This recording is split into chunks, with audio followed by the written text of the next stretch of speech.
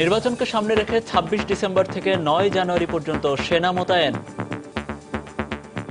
নির্বাচন কমিশনের সঙ্গে সশস্ত্র বাহিনীর প্রিন্সিপাল স্টাফ অফিসার ও আইন শৃঙ্খলা বাহিনী প্রধানদের বৈঠকে সিদ্ধান্ত।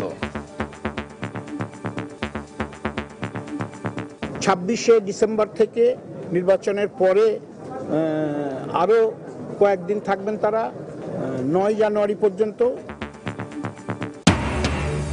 ক্ষমা না চাইলে পাকিস্তানের সঙ্গে সম্পর্ক ছিন্ন করার দাবি গণজাগরণ মঞ্চের। পররাষ্ট্র ও স্বরাষ্ট্র মন্ত্রণালয়ে চিঠি দেওয়ার ঘোষণা। প্রেস ক্লাবে জাতীয় পার্টির কাজী জাফর গ্রুপের বিশেষ কাউন্সিলে মঞ্চের সামনে ককটেল বিস্ফোরণ, আহত ৫। ১৮ দলের কর্মসূচির সঙ্গে একাত্মতা ঘোষণা।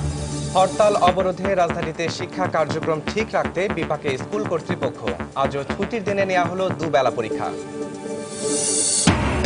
আওয়ামী লীগ অফিসে জহুরা তাজউদ্দিনের মরদেহ, প্রধানমন্ত্রী সহ সর্বস্তরের মানুষের শ্রদ্ধা নিবেদন।